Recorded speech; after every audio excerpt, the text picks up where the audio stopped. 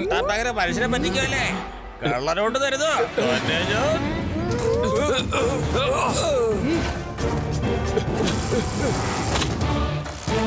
പിടിക്കൂ പിടിക്കൂ, ആ കള്ളനെ പിടിക്കൂ. എന്താ പ്രശ്നം? അയാള് കള്ളനോട്ട് വന്ന് പോയിരിക്കുക.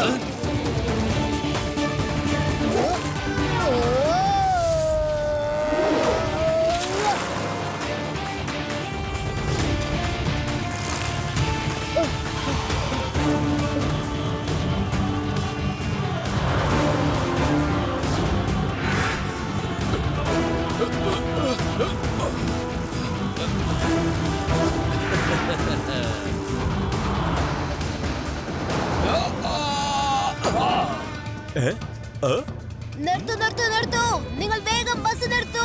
ബസിന്റെ മുകളിൽ കള്ളനോട്ട് ഗാങ്ങിന്റെ ഒരാളുണ്ട്.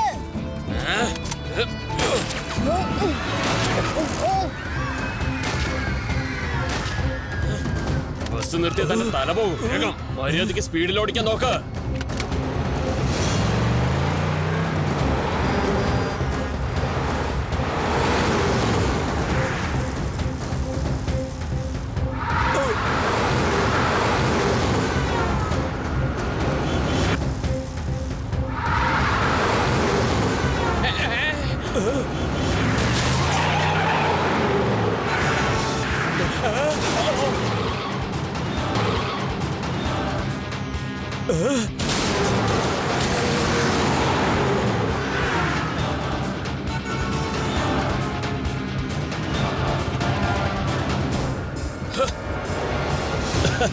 ആ കുട്ടി മടുത്ത് ഓടിപ്പോയി കാണും.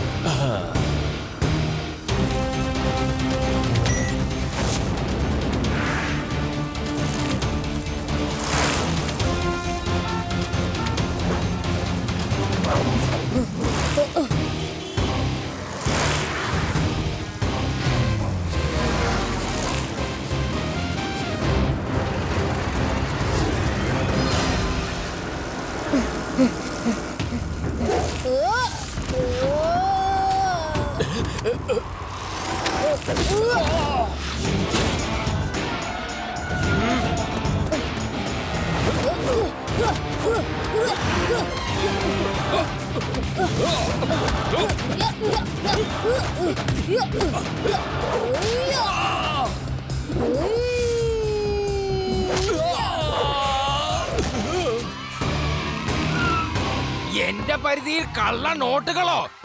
നിനക്കതിന് എങ്ങനെ ധൈര്യം ഉണ്ടായി?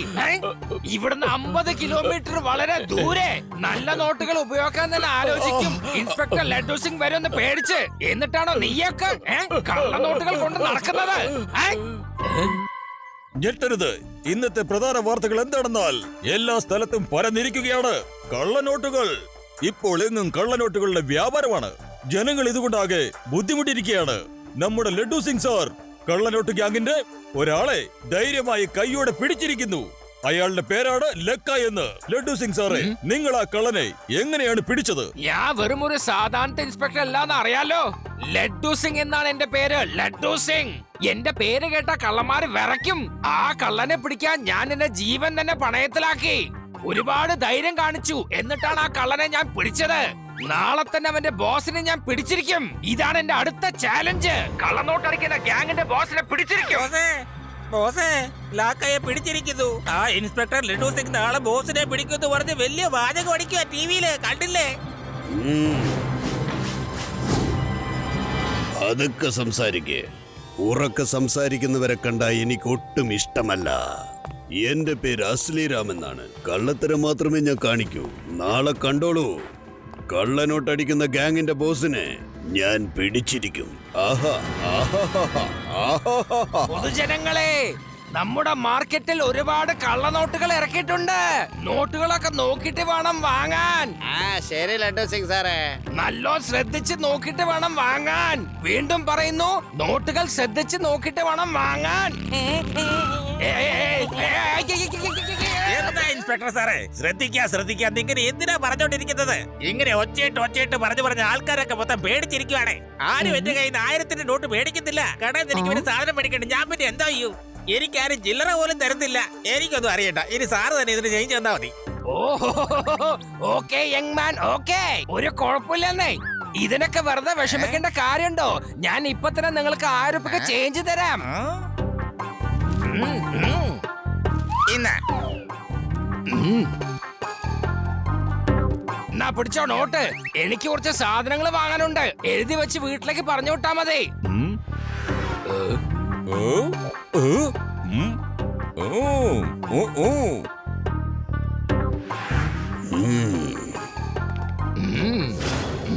എന്റെ പേര് ഖബർദാർ സിംഗ് എന്നാണ്. ഞാനൊരു CID ഓഫീസറാണ്. മാത്രമല്ല കള്ളനോട്ട് ഗാങ്ങിനെ പിടിക്കാനാണ് ഞാൻ ഇവിടെ വന്നിരിക്കുന്നത്. വിശ്വസിക്കാനേ പറ്റുന്നില്ലല്ലോ. ഈ ഗാങ് നടത്തുന്നത് പോലീസുകാരനായ താനാണല്ലേ? നാണോ ഇല്ലടോ? ഒരു പോലീസുകാരൻ കള്ളനോട്ട് അടിച്ച ആരും സംശയിക്കില്ലെന്ന് കരുതിയല്ലേ? നിങ്ങൾ എന്തൊക്കെയാ ഈ പറയണത്? ഇത് കള്ളനോട്ടാണെന്നോ?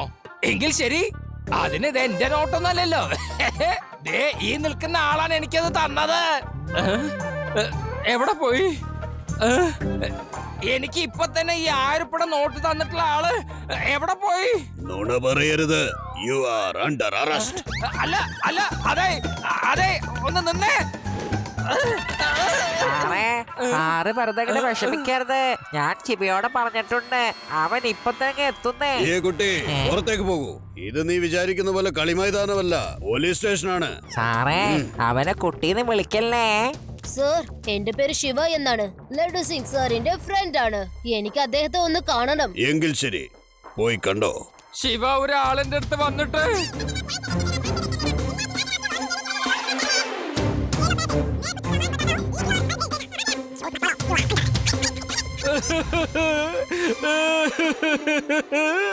ശിവ, ഇനി ഞാൻ എന്താ ചെയ്യാ? നിങ്ങൾ ഒന്നും കൊണ്ട് വിഷമിക്കണ്ട സർ. എങ്ങനെയെങ്കിലും നമുക്ക് ആ മനുഷ്യരെ കണ്ടുപിടിക്കാൻ പറ്റും.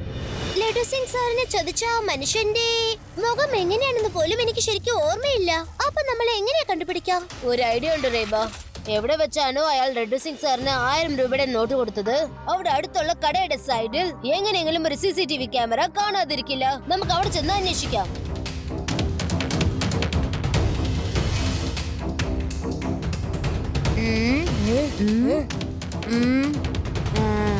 എന്നാ പിന്നെ എന്തിനാ താമസിക്കുന്നേ? പോയി നോക്കാലോ. ദാ അവിടെ നോക്ക്, അയാൾ തന്നെയാണ്. ഇനി അയാൾ പണം കൊടുത്തതിന് ശേഷം ഏത് ഭാഗത്തേക്കാ പോകുന്നതെന്ന് നോക്കാം. ആ വഴി മണ്ടോല ഗ്രാമത്തേക്ക് പോകുന്ന വഴിയാണ്. അപ്പൊ അയാൾ തീർച്ചയായിട്ടും ആ ഗ്രാമത്തിലേക്ക് പോകുന്നത്. ചിലപ്പോ അവരുടെ താവളം അവിടെയാണെങ്കിലോ? Thank you uncle. ഓക്കെ.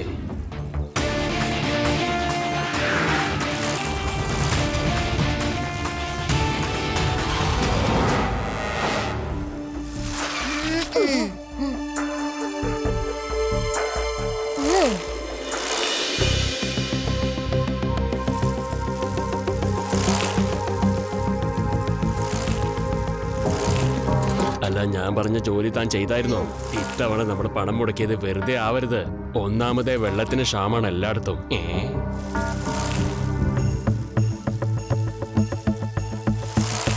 ഒന്നും നമുക്ക് മനസ്സിലാവാൻ സാധിച്ചില്ലല്ലോ.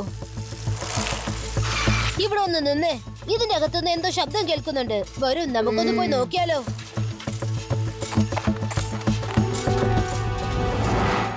അങ്കിൾ, ഇതിന്റെ അകത്ത് വല്ല കമ്പനികളുണ്ടോ? ഇല്ലല്ലോ, ഇവിടെ അങ്ങനെ ഒന്നും തന്നെ ഇല്ല.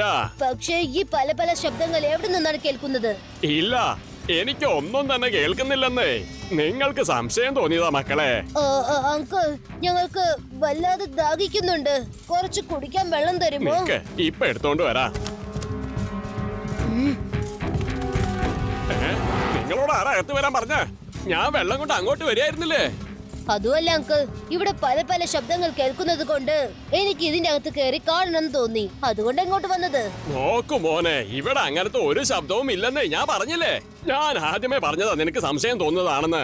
അഥവാ ഉണ്ടെങ്കിൽ തന്നെ എനിക്കൊന്നും കേൾക്കുന്നുമില്ല, ഒന്നും കാണാനും പറ്റത്തില്ല. എനിക്ക് പ്രായമായില്ലേ, കണ്ണിന് അത്ര പോരാ. ചെല്ലു, പുറത്തേക്ക് ചെല്ലു.